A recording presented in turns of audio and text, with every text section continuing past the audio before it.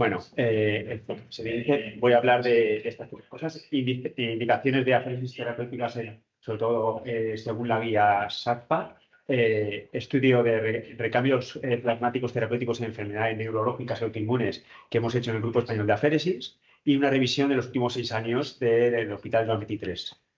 Bueno, aféresis viene de una palabra griega que lo que significa es que nosotros sacamos del cuerpo algo y que queremos o recoger o eliminar y devolvemos el resto de los componentes. Bueno, el procedimiento es fácil. Se saca sangre total con un aparato, se centrifuga, se elimina el componente que queremos eliminar, se retornan los componentes y además una solución de reposición, que la mayoría de los casos suele ser albúmina, pero también puede ser plasma y luego en otros aféresis, pues bueno, puede ser también hematíes. Bueno, esto lo he puesto porque vivimos en una isla, no vivimos en una isla, vivimos interconectados y sobre todo para determinadas cosas pues necesitamos las guías, los protocolos y estas son las guías ASFA actualizadas de abril del 2023. Bueno, este es el orden, ¿no? Y siempre tenemos la duda, ¿no? De si seguimos el camino correcto. Pues para eso pues, tenemos que seguir las guías, nuestro criterio médico y valorar también los casos, ¿no? Sobre todo voy a hablar de recambio plasmático terapéutico, de indicaciones de eritroaféresis, recambio eritrocitario, leucocitaféresis, trombocitaféresis y fotoaféresis extracorpórea. Bueno, el recambio plasmático lo que queremos es retirar alguna sustancia para que mejore clínicamente el paciente. ¿Cuál es el volumen a recambiar? Bueno, normalmente se recambia entre 1 y 1,5 volemias plasmáticas porque se ha visto que cuando retiramos menos de 1 es poco eficaz y cuando retiramos más de 1,5 el procedimiento, bueno, pues puede haber efectos secundarios, sobre todo por problemas de volemias o de hipocalcemias que puede haber porque hay un coagulante que puede bajar el calcio. Bueno, las indicaciones son muy largas, pero he puesto como las enfermedades más frecuentes que tenemos aquí en el hospital. Entonces, lo he dividido como si dijéramos en unos grupos, ¿no? De PTT, síndrome multicurémico, de nefro, de neuro, de inmunes y de otros. Entonces, ahora hablo primero de la PTT. La PTT, bueno, la describió Moscovich, una chica de 18 años que tenía una, bueno, fiebre brusca, anemia, alteración renal, también afectación del sistema nervioso central y fallo cardíaco, y a las 2 semanas se murió. Aquí está muy establecido en las guías, categoría 1 y grado 1A, que eso quiere decir que está muy indicado hacerlo y que, bueno, pues que hay que hacerlo cuanto antes, ¿no? La patogenia es que hay una excesiva agregación plaquetal, entonces hay una formación de trombos en la microcirculación que lo que hacen es unas trombosis, hay por una parte hacen microtrombosis en la circulación, pero los hematíes que pasan por allí se rompen, entonces hacen una anemia microangiopática, se rompen y aparecen los esquistocitos que son como si fueran hematíes en casco. Vale, el Adams 13. El Adams 13 es un... Bueno, en la circulación se forman unos polímeros de factor de von Willebrand alargados. Entonces, ¿qué pasa? Que estos habitualmente se rompen con una enzima que es el Adams 13. Esta enzima lo rompe porque si no se podrían producir trombosis en la circulación. ¿Qué pasa? Que en la PTT, que puede ser congénita, porque hay unas mutaciones, o puede ser adquirida, la mayor parte de las veces es adquirida, tiene un anticuerpo anti-Adams. Entonces, estos anticuerpos, que son autoanticuerpos, destruyen el Adams, y entonces, como no actúa el Adams, lo que se produce son trombosis en la microcirculación acompañada de anemia microangiopática. Además, como hay esas trombosis, se van consumiendo también las plaquetas. Y entonces aparece la trombopenia. Vale, es muy largo, pero aquí he puesto lo más importante. En las guías, sobre todo a la hora de tomar la decisión de si es una alta sospecha, media o baja de PTT, hay unos score, unas puntuaciones. Nosotros medimos sobre todo el Plasmic Score. Entonces, Esto quiere decir que cuando está ahí, lo que pasa es que abajo cuando pone probabilidad de déficit severo de Adams 13 es de 0 a 4, el 5 y luego 6, 7. Es un error, pero bueno. Entonces, ¿qué quiere decir? Que cuando está con puntuación 6 o 7 es que hay un alto porcentaje de que tengamos el Adams 13 bajo. Entonces, las puntuaciones son plaquetas por debajo de 30.000, creatinina por debajo de 2 miligramos. Luego hay una puntuación que es que hay hemólisis, que es si la bilirrubina indirecta está alta, o reticulocitos altos o actoglobina baja. Luego también hay que valorar que no tenga un cáncer en el último año, que no haya historia de trasplante de órgano o de trasplante de progenitores hematopoyéticos. Luego que el INR sea menos de 1,5 y el UECM sea menos de 90. Con todas estas puntuaciones, si sale una puntuación entre 6 y 7, entonces es de alto riesgo y hay que tratar cuanto antes. Vale, el tratamiento. Por una parte está el recambio plasmático. El recambio plasmático lo que hay que hacer es retirar esos anticuerpos que están afectando al paciente y por nuestra parte nosotros reponemos con plasma y ese plasma repone Adams 13. Luego las opciones de tratamiento, bueno, normalmente el tratamiento es corticoides, recambio plasmático, inmunoglobulinas, rituximab, azathioprina, ciclofosfamida, esplenectomida y caplacizumab. Pero bueno, a nivel práctico es corticoides y recambios. Habitualmente también se añade cuando se ve que tienen anticuerpos el rituximab, que son 4 dosis, es una dosis semanal, 4 semanas. Y ahora, bueno, según los protocolos hay que añadir también el caplacizumab. Caplacizumab es un anticuerpo que se une al dominio A1 del factor de von Willebrand, y entonces lo que impide es que el factor de von Willebrand se acerque a las plaquetas en el endotelio y que no. Y entonces lo que produce es que haya menos trombosis y que además esas plaquetas se recuperen antes. Entonces, el estudio inicial del Hércules había con el caplacizumab menor tiempo de recuperación de plaquetas, menor porcentaje de pacientes con muerte relacionada con PTT, exacerbación o evento tromboembólico, menor recurrencia de PTT en exacerbaciones y refractariedad, disminución de días de recambio plasmático de estancia en la UCI y hospitalaria. Y bueno, pues ahora ha habido estos años inclusión en protocolos de la Internacional de Trombosis y Hemostasia, del Grupo Español de Aferes y la Guía Catalana de la PTT. Y también ha habido varios estudios de pacientes con caplacizumab versus sin caplacizumab, coste-eficacia. Bueno, este es un estudio ahora reciente que se ha publicado en 2025, que habla del uso de caplacizumab bueno, en la PTT, ¿no? Entonces, este es un estudio internacional multicéntrico, retrospectivo desde el 2018 a 2023. Entonces, compara dos grupos. Un grupo es de 1.015 pacientes tratados con recambios plasmáticos diarios con corticoides con o sin rituximab y además el caplacizumab. Este es el grupo de caplacizumab. Y el grupo control serían 510 pacientes tratados con recambio y corticoides con o sin rituximab. Además, en el grupo de caplacizumab también se separó los que se empezaba el caplacizumab en menos de 3 días desde que el diagnóstico o más de 3 días, más de 4. Entonces se vio en los resultados, así a grosso modo, que la supervivencia a los 3 meses era mayor, 4,5% más en el grupo de Kaplan que en el grupo control, que la mortalidad a los 3 meses era 4,2 veces más en el grupo control que en el Kaplan, y además se vio que la edad es el factor más asociado a la mortalidad a los 3 meses, pero en los dos grupos. Además, luego en el grupo Kaplan hubo reducción de refractariedad, exacerbación, menor número de recambios plasmáticos para alcanzar la respuesta clínica. La respuesta clínica es llegar a unos 125.000 o 150.000 plaquetas y que se normalizan los patrones de hemólisis. El tiempo para alcanzar la respuesta clínica, además, es más corto y es más evidente en los que empiezan el caplacizumab en los primeros 3 días desde el diagnóstico. Efectos adversos con el Kaplan aparece en el 21% de los pacientes, pero en un sangrado mayor en solo 2,4%. Y es más frecuente el sangrado en pacientes con edad avanzada. Bueno, ahora voy a pasar a otras patologías, que son como si dijéramos, de nefro, que son enfermedad por anticuerpos antimembrana basal, que antes se llamaba el síndrome de Guth-Pasteur. Bueno, son vasculitis de pequeño vaso, donde hay depósitos de anticuerpos antimembrana basal.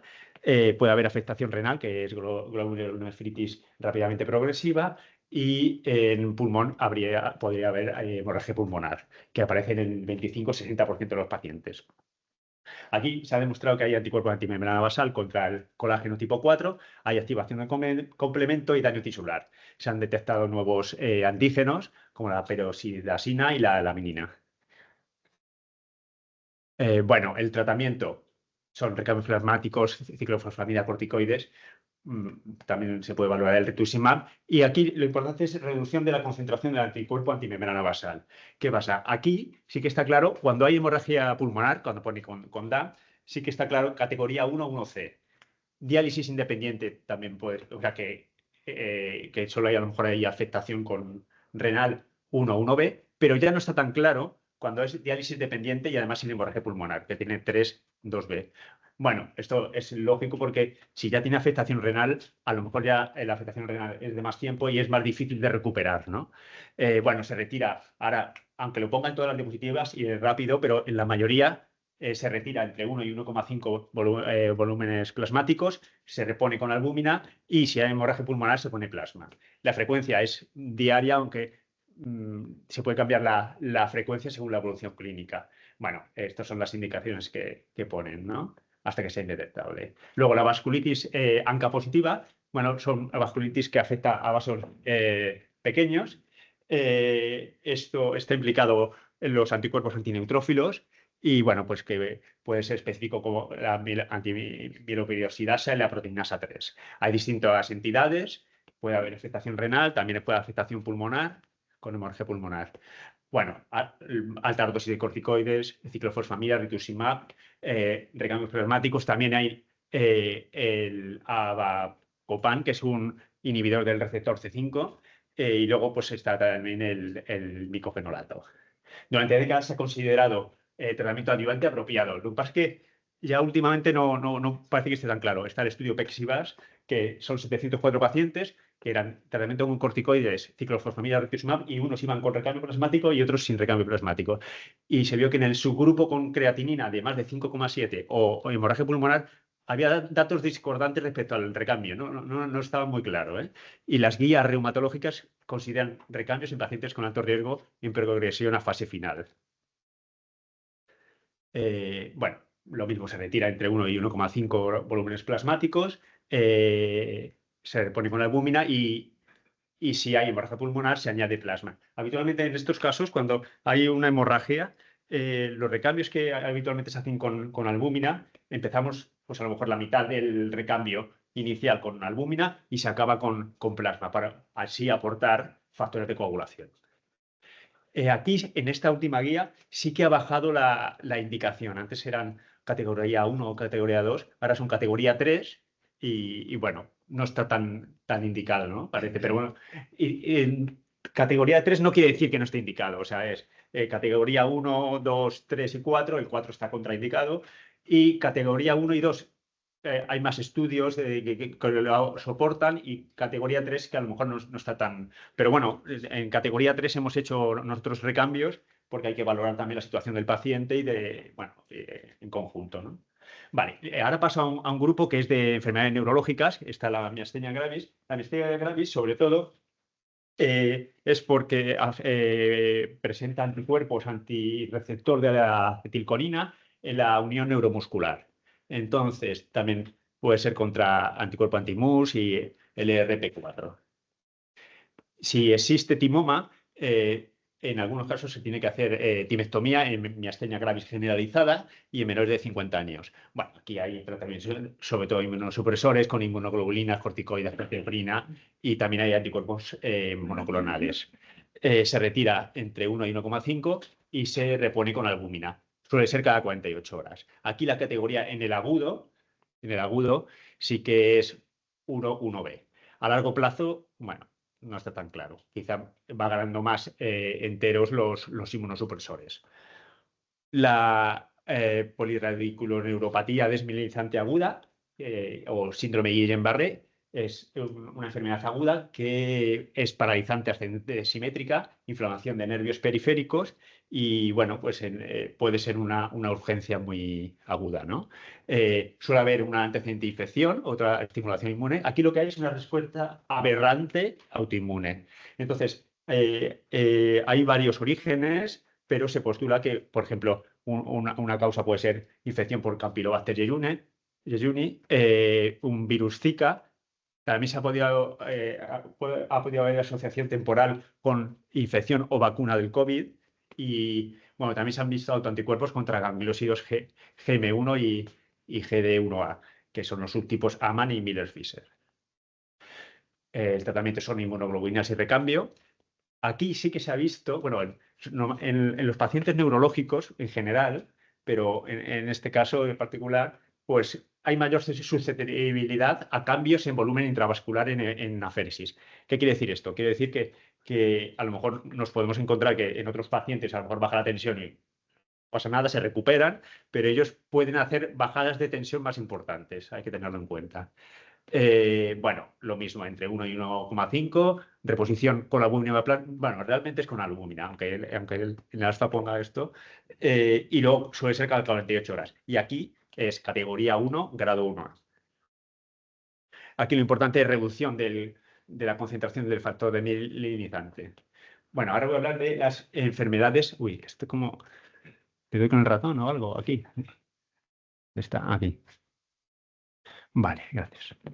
Bueno, antes se llamaba neuromielitis óptica, ahora es enfermedades del espectro de neuromielitis óptica. Es un síndrome inflamatorio del sistema nervioso central con múltiples esclerosis que se asocia a anticuerpos IgG contra el receptor de la acoporina 4, ¿vale?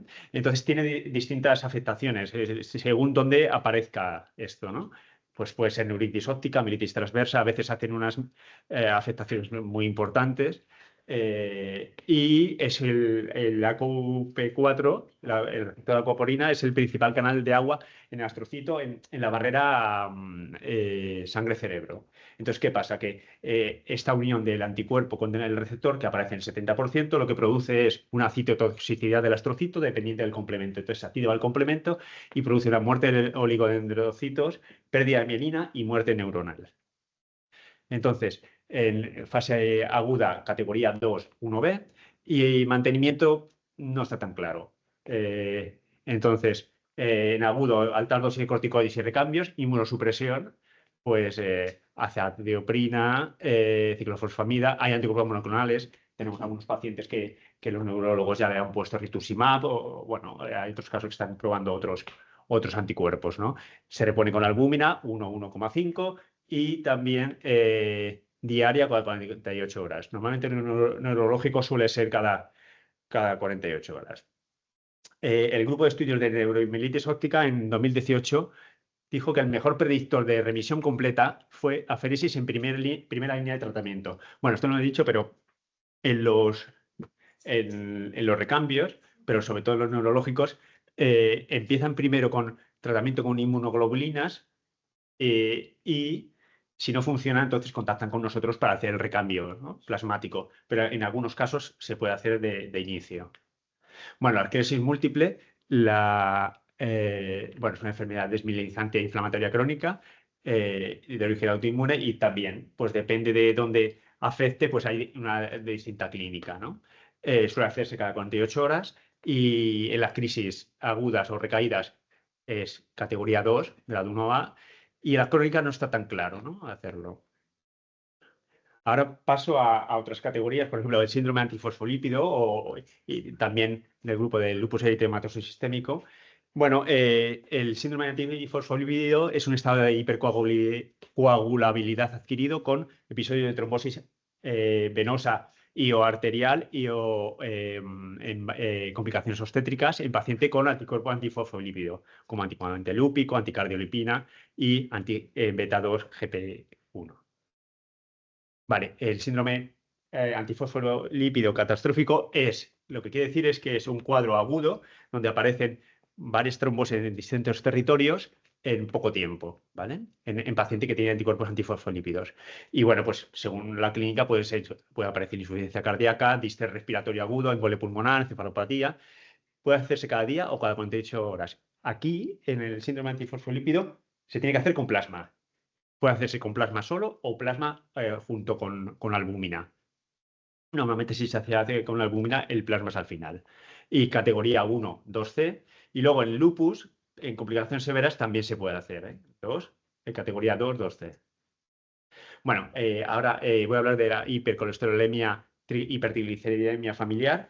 Aquí se puede hacer en fase aguda, que normalmente cuando hacemos en fase aguda suelen tener una pancreatitis grave, que suele estar en la UCI, o se puede hacer de manera profiláctica. Hay algunos pacientes que tienen una alteración homocigota y hay que ir haciéndolo. Esto es una foto de una paciente que lo hicimos nosotros y, bueno, como se ve, tiene bueno, bastantes lípidos. Era una gestante. Y bueno, categoría, sobre todo en homocigotos, en hipercolesterolemia 1, 1A, y luego pancreatitis, aunque pone 3, 1C, claro, esto es porque hay menos estudios, pero la verdad es que en los casos que lo hemos hecho, que son pancreatitis muy graves, les ha venido muy bien. Vale, esto es en mieloma múltiple, enfermedad de Waldenström, esto es porque hay una hipergamaglobulinemia, entonces hay una hiperviscosidad. Eh, entonces, con síntomas categoría 1, 1B y también profilaxis para tratamiento con rituximab 1, 1C. Esto quiere decir que hay pacientes, por ejemplo, tenemos o hace unos pocos años tenían en hematología un paciente que cuando le iban a poner el rituximab hay un efecto adverso descrito que cuando al poner el rituximab pueden subir las inmunoglobulinas y puede dar aumento un aumento de inmunoglobulinas y empeorar. Entonces, en esos casos se puede hacer un recambio profiláctico. Bueno, la crioglobulinemia, las crioglobulinas son inmunoglobulinas que precipitan por debajo de la temperatura corporal. Entonces puede haber afectación, pues dolor, púrpuras, úlceras cutáneas, neuropatía periférica y se suele asociar a enfermedades linfoproliferativas, enfermedades autoinmunes y también infecciones como virus de hepatitis B y C. Tratamientos corticoides, ciclofosfamida, rituximab, entre 1 y 1,5 volúmenes plasmáticos y albúmina. Se suele hacer cada 1 a 3 días, pero también depende de valorar individualmente, ¿no? Lo importante es reducción de la concentración de hemoglobina, de crioglobulinas, y es importante que el fluido de reposición esté templado. Entonces, bueno, habitualmente pues las albuminas que se ponen se dejan un poquito antes fuera o se les puede calentar un poco, la habitación se puede calentar al paciente, se le puede poner mantas, ¿no? Bueno, es categoría en la severa 2, 2A. Y ahora voy a hablar de eritroféresis, recambios eritrocitarios. Bueno, es obtención selectiva de Matías. Eritroféresis, nosotros lo hacemos en hemocromatosis, policitemias veras y recambios eritrocitarios, sobre todo en drepanocitosis. Bueno, esto es de lo que voy a hablar. Una opción es reducción de la masa eritrocitaria. Es cuando hay poliglobulia y la poliglobulia puede ser policitemia vera porque es una enfermedad hematológica, ¿no? O son poliglobulias secundarias. En las secundarias no está tan claro hacer el recambio o la eritroféresis. La policitemia sí, vera, con síntomas. Luego está la reducción de la sobrecarga férrica. Esto sobre todo es la hemocromatosis hereditaria. También está la hemocromatosis que puede aparecer secundaria, por ejemplo, en transfusión o en pacientes que se han hecho trasplantes de médula ósea. Entonces, claro, lo que queremos evitar es el daño tóxico en corazón, hígado y glándulas endocrinas. En la hemocromatosis hereditaria sí que hacemos a algún paciente periódicamente mm, eritroféresis. Bueno, esto también está escrito en la malaria, la lesiosis. Bueno, esto en drepanocitosis tenemos algunos casos aquí en el hospital. Puede haber afectación aguda o sea, indicación aguda o no aguda, ¿no? En aguda está clarísimo que cuando hay una VC es categoría 1, 1C, síndrome torácico agudo severo 2, 1C. Luego también puede haber profilaxis de AVC. Esto quiere decir que, por ejemplo, tenemos un paciente que ha hecho 2 AVCs estando bien tratado con hidrea. Entonces ahora le vamos haciendo, cada 3 meses le vamos haciendo un recambio de matías. Por ejemplo, también hay indicaciones en embarazo, en crisis vasoclusiva recurrente, que tenemos también algún paciente, y manejo preoperatorio no está tan claro. Leucocitaféresis. Esto es cuando en leucemias mieloides agudas están por encima de 100.000 leucos y en las leucemias agudas linfoblásticas más de 400.000. Sí que es verdad que la categoría es 3, 2B. Aquí lo que sí que se hace mucho énfasis, solo hemos tenido un caso, uno en 2024. Claro, que también hay que poner la quimio, porque si no, nosotros podemos retirar, pero también hay que poner la quimio, ¿no? Trombocitoféresis. Estos son en enfermedades mieloproliferativas crónicas con trombocitosis incontrolable o en gestantes que tienen trombocitemia esencial, pero que no pueden recibir hidrea durante el embarazo. Esto es categoría 2C. Bueno, fotoféresis extracorpórea. Esto es se le conecta al paciente, se le sacan unos leucocitos que pasan por una máquina, que se le pone un solareno, que además en esa máquina se le ponen rayos ultravioletas y todo eso lo que hace es una inmunomodulación y baja la función de los linfocitos C que pueden estar produciendo una lesión y entonces se le infunde al mismo paciente. Está indicado en el H agudo y en el H crónico y en el linfoma cutáneo también, con hidrodermia.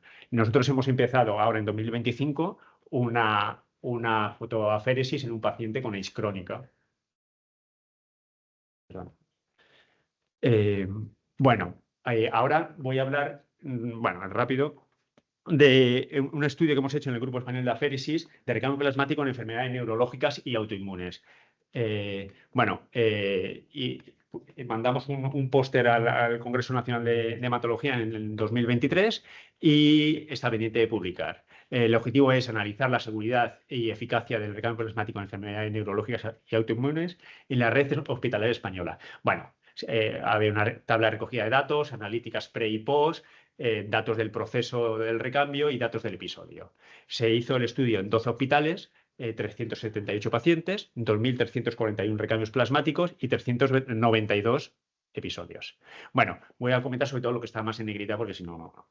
Entonces, la edad mediana era de 56 años, género era casi 50%, el primer episodio era más frecuente en el 64% y el tiempo de recaída medio era de 16,7 meses. La clínica del diagnóstico sobre todo era neurológica, con un 61,9%, seguido de respiratoria y neurológica. Entonces, había dos grupos, había enfermedades neurológicas y enfermedades autoinmunes. Las neurológicas eran un 74% y dentro de las neurológicas las más frecuentes fueron la miastenia gravis con un 18%, síndrome Guillain-Barré de un 13,3%, encefalitis autoinmune un 10% y esclerosis múltiple un 7%, seguido después por la neuromielitis óptica. Y dentro de las autoinmunes, que eran un 25%, las más frecuentes eran las vasculitis ANCA positivas, los anticuerpo antimembrana basal glomerular, un 3,6%, y el lupus eritematoso sistémico, un 2,8%. Se hicieron de anticuerpos pre y post, los que más destacaron positivos fueron los ANCA positivos y el anticuerpo antireceptor de acetilcolina. Bueno, pre y post. Entonces, aquí se ve que sobre todo el antirreceptor de acetilcolina y los ANCA positivos, sobre todo a nivel pre, sí que se constató pues, que a nivel post se hacían menos analíticas de anticuerpos, ¿no? Bueno, el tratamiento inmunosupresor más frecuente, porque era un listado muy largo, el más frecuente es sobre todo los corticoides, seguido de inmunoglobulinas, rituximab y ciclofosfamida. El recambio plasmático se realizó en primera línea en el 65,5% de los casos y en el 34,5% de los casos primero se intentó poner inmunoglobulinas y después se empezó el recambio. Bueno, la bulimia procesada, bulimia plasmática procesada era de 1,13. El volumen del producto medio era de 3.217 mililitros. La solución de reposición más abundantemente utilizada era la albúmina, 87%, seguidas luego de albúmina más plasma y plasma. El tipo de vía era más frecuente la vía central, con un 80,1%. Luego también había periférica y luego había algunos que eran vía periférica, pero que luego, como no iba bien, se pasaba a vía central. Luego el número de recambios realizados, una mediana era de 6 por episodio y solía ser cada 48 horas. Los diagnósticos en los que más se ha usado el plasma han sido vasculitis ANCA positiva, enfermedad por anticuerpo antimembrana basal glomerular, lupus eritematoso y sistémico y el síndrome antifosfolípido catastrófico. Es lógico, ¿eh? En las complicaciones, el 71,5% no hubo complicaciones y entonces de las complicaciones que hubieron, las más frecuentes fueron hipotensión, que hubo 53 casos, seguidos de problemas con la vía, reacción alérgica y hipocalcemia. En la mejoría clínica aquí se valoró y entonces era total, parcial o sin mejoría. Entonces lo que predominaba era más la parcial, con un 60,9%, seguido de la total con un 21% y sin mejoría 17%. Se analizó que dentro de las enfermedades que tenían más ausencia de mejoría, predominaba, o sea, más importante era la polineuropatía desmielinizante crónica. Y dentro de los autoinmunes, la que tenía mayor ausencia de mejoría era vasculitis ANCA positiva. Sí que es verdad que está la miopatía que se ve allí, pero a nivel de casos de frecuencia absoluta era más importante la vasculitis ANCA positiva. Luego, la mejoría total de enfermedades neurológicas destaca la miastenia gravis y la mejoría total de enfermedades autoinmunes destaca el lupus. Aquí las complicaciones más frecuentes en el grupo de enfermedades neurológicas, los porcentajes más altos son la miastenia gravis y el síndrome de Guillain-Barré. Y dentro de las complicaciones, cuando hablo de complicaciones me refiero a complicaciones sobre todo en el recambio, no atribuibles al recambio. Y luego dentro de los autoinmunes serían la vasculitis ANCA positiva y la enfermedad por anticuerpos antimembrana basal glomerular. Bueno, se analizó y entonces se vio que si algo se asociaba a otras variables, ¿no? Entonces se vio la relación entre complicaciones y enfermedades neurológicas más frecuentes y se vio que las complicaciones no estaban asociadas de manera significativa, pero sí que se vio relación entre complicaciones y enfermedades autoinmunes más frecuentes. La vasculitis ANCA positiva se vio que tenía menor probabilidad de complicaciones que la enfermedad por anticuerpos antimembrana basal.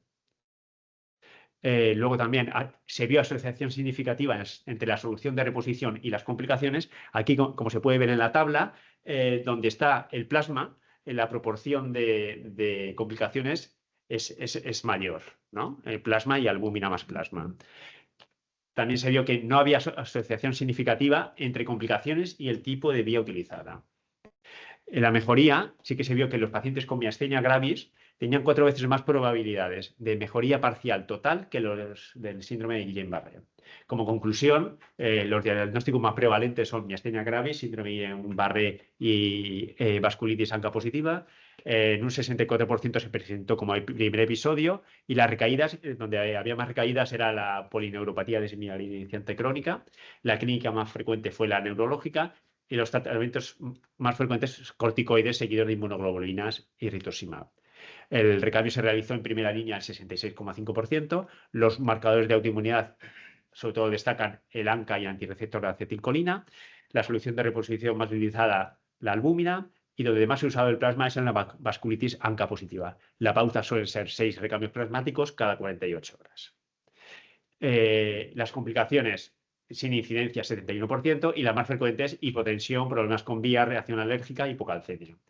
La solución de reposición se asocia con complicaciones, el plasma, estamos hablando del plasma. El tipo de vía no influye significativamente en las complicaciones y el tipo de enfermedad, si es neurológica o autoinmune, no influye en la aparición de complicaciones. Pero sí que se vio que las vasculitis ANCA positivas tienen menos complicaciones que el síndrome de Busch-Pasteur. La respuesta parcial predomina al 60,9% y pacientes con miastenia gravis tienen más probabilidad de mejoría que el Guillain-Barré. Está pendiente de publicación. Los recambios plasmáticos son seguros y eficaces, aunque predomina la mejoría parcial. Y luego también está pendiente el registro de aféresis terapéuticas. Igual que hay un registro en toda España de aféresis de PTT, pues va a haber un registro de todas las aféresis terapéuticas y lo que se tiene que poner en marcha. Y ahora ya voy a revisar quizás mucha información, pero bueno, sí que da tiempo a a hacerlo. Entonces, es en los últimos años de aféresis terapéutica, recambios plasmáticos, recambios eritrocitarios y otras aféresis. Bueno, desde 2019 a 2024 fueron 77 pacientes, 97 episodios y 548 aféresis terapéuticas. Como se puede ver aquí la evolución por los años, en el 2021 hubo más aféresis terapéuticas con 121 y luego la media anual va entre 80 y 90. Luego de recambios plasmáticos, también del 19 al 24, han sido 66 pacientes, 78 episodios, 529 recambios, una media de recambio por episodio de 6,69, que ya cuadra más o menos. La edad media es de 52,6 años y la media de volemia procesada es de 1,05. La frecuencia suele ser cada 48 horas la más frecuente, aunque también hay cada 24. Los recambios plasmáticos, lo mismo, en 2021, 121, y en los otros años, pues entre 75, 85 más o menos. Bueno, esto lo he dividido como si dijéramos, igual que la explicación que hemos hecho por grupos, pues también aquí por grupos. Entonces, en el grupo de PTT es un 20,5%, de nefro 17%, neuro 41%, es el más alto de porcentaje, síndrome antifosfolípido lupus 5,1%, microangiopatía trombótica 3,9%, hipertrigliceridemia 3,9%, hiperviscosidad 1,3%, quiroglobulina 2,6% y neoplasia 3,9%. Bueno, aquí esto lo he puesto sobre todo para recalcar que el grupo de neurología es el más frecuente, con un 41%. Bueno, en el grupo PTT síndrome hemolítico urémico fueron 12 episodios de PTT y 3 de síndrome hemolítico urémico, y había un caso de una sospecha de PTT, pero que luego el ADAN salió normal. Luego, en el grupo de nefro, sobre todo destaca la enfermedad por anticuerpo antimembrana basal, 10 casos, bueno, 10 episodios, vasculitis ANCA positivo 3 y glomerulonefritis 1. Dentro de neuro, lo que destaca es el síndrome de Guillain-Barré, 13 episodios, y seguido de la neuromielitis óptica y la mielitis.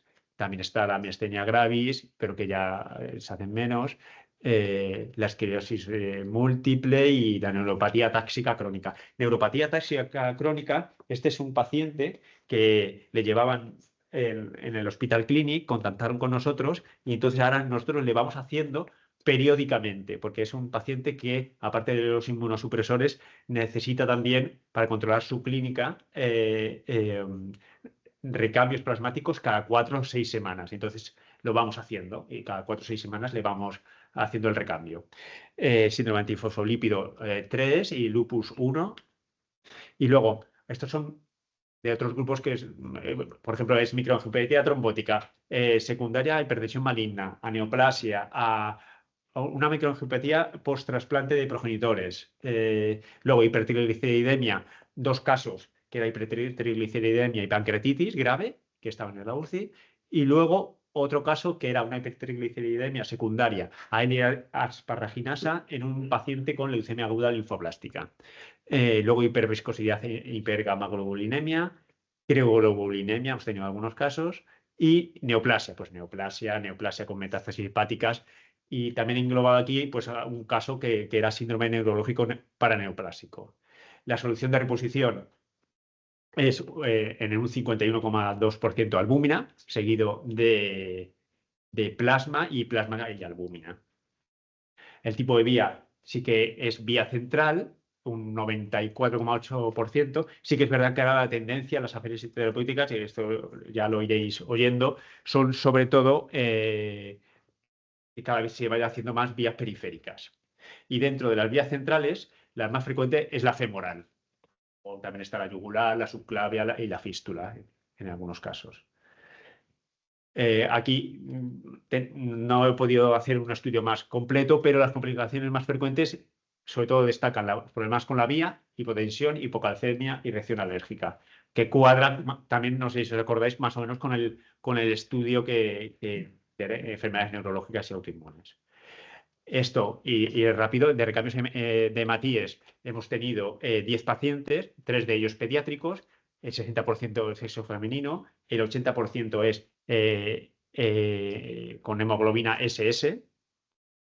Y sobre todo aquí en 2021 no hubo, pero luego en los últimos años, 23 y 24, hemos tenido muchos casos. Bueno, aquí destaca el diagnóstico de tripanocitosis gestante, con mucho porque además tuvimos una paciente más complicada que le hicimos más veces. Y luego, pues bueno, pues está el síndrome torácico, crisis vasoclusiva, citosis con hemorragia cerebral y priapismo, que también en el caso el de hemorragia cerebral es el que vamos haciendo periódicamente ahora crónica, cada 3 meses, y el de priapismo al final los urólogos han tenido que operarle y todo porque, bueno, le pasó 2 veces, luego en 2025 también le ha pasado. Bueno, el volumen intercambiado es 1.600, está claro que en pediatría es 716 mililitros, menos volumen, y la reposición es con concentrados de hematíes. O sea, aquí lo que hacemos es retiramos los hematíes defectuosos y ponemos hematíes. En un caso le pusimos hematíes lavados porque había hecho una reacción alérgica. Eh, Tipo de vía, lo más frecuente, 57,1% cátedra venosa central, en vía periférica un 42,9%. El flujo total, o sea, esto es el flujo, la media, ¿no? Más o menos 32, 33. Como veis, en adultos es 37,5 mililitros, en pediatría es menor, 19,7. En la mayoría de los casos no se ceba el sistema porque si la hemoglobina es baja o el volumen del paciente es bajo, pues claro, hay que tener en cuenta el volumen extracorpóreo que va por la máquina. Y entonces en algunos casos hay que cebar. Se cebó en 2 casos, de los 3 casos pediátricos, en 2 casos. No se tuvo que poner calcio profiláctico ni terapéutico, porque hay algunos casos hay que poner. Y problemas en el recambio de Matías, bueno, pues hubo problemas, la mayoría no hubo problemas, un 71%, y cuando ha habido problemas ha sido por problemas de flujo que da la máquina en 2 casos tuvo que cambiarse de vías. Los efectos adversos, un 85,7% no hay efectos adversos, y luego los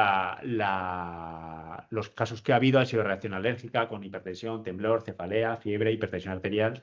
La evolución clínica, un 61,9% de mejoría evidente inicial. La verdad es que mejoran mucho de sus dolores óseos, de su situación, porque están muy afectados. Y por ejemplo, de la VC también mejoran. Y entonces, lo de abajo es porque hemos hecho ya casos que hemos tenido pacientes que ya han hecho crisis vasoclusivas, entonces hemos hecho profiláctico antes de que lo hagan. Entonces, claro, ahí la evolución clínica tampoco se ve, o sea, no es que estén mal antes del recambio, o sea, están bien, pero sí que se ve bajada de la hemoglobina anómala. En un caso se detectó malformación fetal en la gestante y acabó en interrupción del embarazo, pero fue aparte. Entonces, ahora aquí solo es eficacia del recambio de Matías. Entonces se mira la diferencia entre la hemoglobina anómala pre-recambio eritrocitario post. Y es una media de 45,44%. Y como se puede ver en urgente y profiláctico, en urgente se obtiene una bajada mayor. Y bueno, esto es solo comentar que hicimos una leucocitoaféresis en 2024 en un paciente con leucemia aguda mieloide.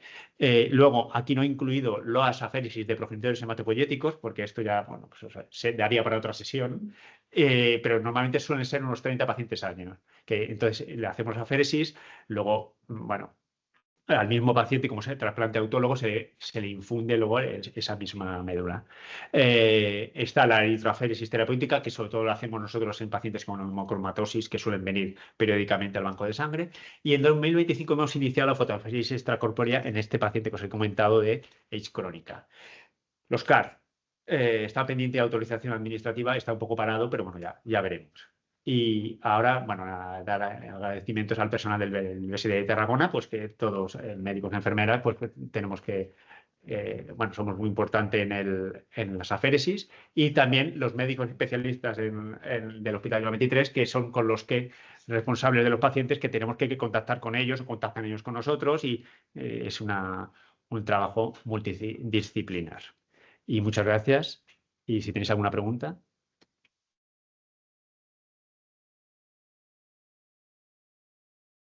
Perdonad que tarda un poco más de lo esperado. Pero bueno, había muchas diapositivas pero bueno, ahí ya No sé, ¿queréis comentar alguna cosa?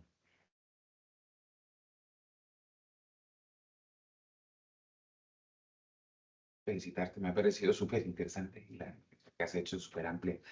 Si pasa en fin de semana, ¿cuál es la ruta para quedar?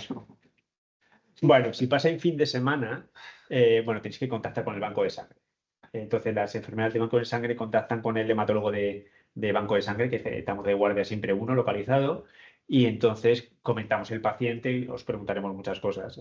Entonces, porque en algunos, pues, es indicación de hacer, otros no, o se puede esperar, o no son más urgentes, o no. Ahora en el Grupo Español de Aféresis hemos sacado un listado de unas patologías que son emergentes, que hay que hacerlo en 24 horas, y entonces se ha adaptado y ahora en el banco de sangre, en el BSP, también estamos analizando para a ver cuáles son las que se tienen que hacer, como si fuéramos en las primeras 24 horas, pero si se hacen, o cuáles se pueden retrasar a lo mejor 12 horas, o se pueden retrasar 24 horas, por si cae, pues eso, a lo mejor si cae, yo pues a las 4 de la mañana, pues a lo mejor entre que se busca a la enfermera, se le pone la vía central, no sé qué, pues a lo mejor se puede programar por la mañana, depende de la patología. Pero normalmente, excepto la PT, o sea, la PTT sí que es la que es más urgente, más. Las otras quizá, si es por la noche, pues a lo mejor se puede esperar al día siguiente, no sé, sería valorar en cada caso. Por ejemplo, ahora tenemos una PTT que empezamos el domingo del puente de mayo. Bueno, pues porque había que empezarlo. Quería comentar, que los hematólogos estamos de guardia, las enfermeras no, y tenemos que buscar una. Esto significa que el fin de semana se suele encontrar, pero lo que decía de la noche es mucho más difícil, porque si tienes que llevar a una enfermera a la noche que no está de guardia para que venga, es muy sólido. Entiendo que el pico que me explicabas de incidencia de más aféresis del 2021 era por el COVID, ¿o no? No, yo creo que no. Sobre todo lo que influye es cuando tenemos PTTs, porque las PTTs se hacen muchos recambios en caso de PTT y entonces pues sube. Bueno, y también va a rachas. Nosotros, por ejemplo, de PTTs tenemos al año dos, tres al año, lo que pasa que, bueno, sí que es verdad que, bueno, según los protocolos, la PTT, cuando se sepa que ya tiene ADAS por debajo del 10% y anticuerpos anti-ADAS positivos, pues hay que valorar poner el capracizumab porque se ha visto que reduce los números de recambios plasmáticos, de estancia hospitalaria en UCI y baja la refractariedad y la exacerbación. Entiendo otra. ¿Cuánto dura la sesión de plasmaféresis? Bueno, es que claro, depende del volumen que hay que recambiar, porque no es lo mismo un paciente con una volemia de 5.000 bueno, claro, volemia de 5.000, pero que a lo mejor el volumen plasmático es de 3.000, que otro que quiera recambiar 2.000. Pero bueno, normalmente dura lo que es el proceso, porque claro, entre montarlo y desconectarlo se tarda más. Pero el proceso entre 1 hora y media, 2 horas y media, 3. Es que depende. Y también depende de las vías, porque con vías centrales puedes ir más rápido. Porque ahora, bueno, ahora la tendencia es, si tiene buenas venas, pues valorar por lo menos. No, vía periférica, no, vía periférica. Por ejemplo, en los recambios de Matíes, en los niños es otra cosa, porque suelen ser vías centrales y tal. Pero en adultos se intenta, si tienen buenas venas, hacer por vía periférica. Además, hay estudios que dicen que si se hace por vía periférica tiene menos riesgo de trombosis en estos casos en la drepanocytosis. Y entonces miramos si tiene buenas venas, intentamos por vía periférica y si no, pues vía central. Por ejemplo, hay un paciente al que le estamos haciendo periódicamente cada 3 meses que, bueno, la hematóloga está valorando si le ponen o no un portacal. Tienes una pregunta del doctor Marés, le enviamos recuerdos. ¿Cuál es la edad límite para el recambio plasmático en pacientes de edad avanzada? No, es que no hay edad. O sea, lo que hay que hacer es, claro, depende si es urgente o es programado, pero urgente hay que valorar la situación, porque hay que valorar, más que la edad, hay que valorar las patologías que tienen concomitantes y si se puede beneficiar o no. Hay, por ejemplo, patologías que en la guía hay un listado larguísimo que a lo mejor tienen grado 3. Bueno, grado 4 les desaconsejan, pero grado 3, que es una cosa que no se sabe, no está muy... Pues entonces en esos casos hay que valorar al paciente, valorar todas las comorbilidades y los estudios, ¿no? Y entonces se puede hacer o no, pero por la edad, no.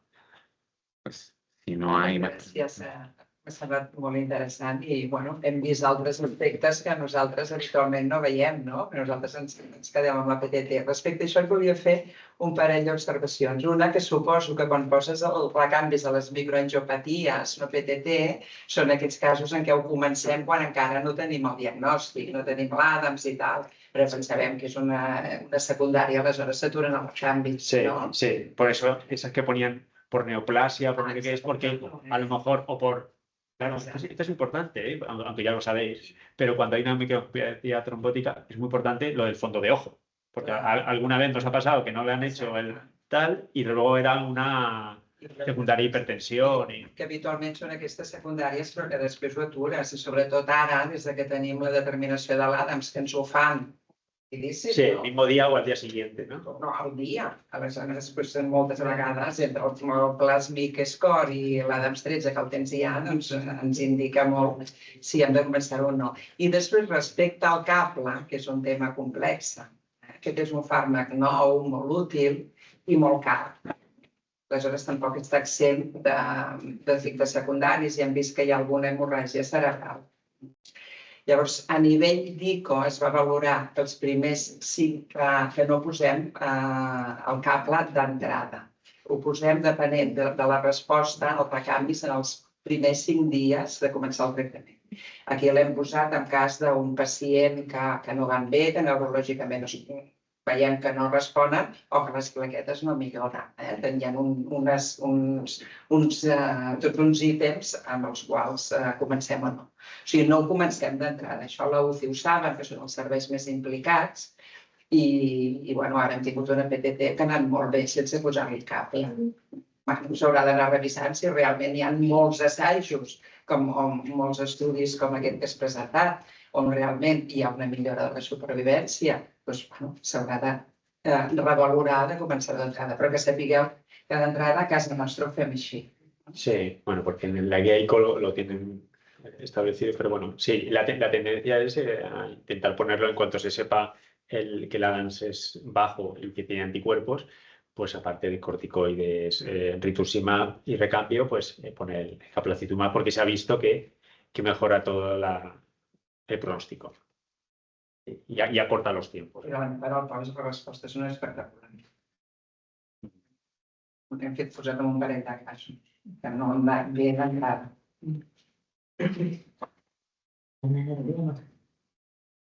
Molt bé. Vale, pues, molt interessant. muy bien.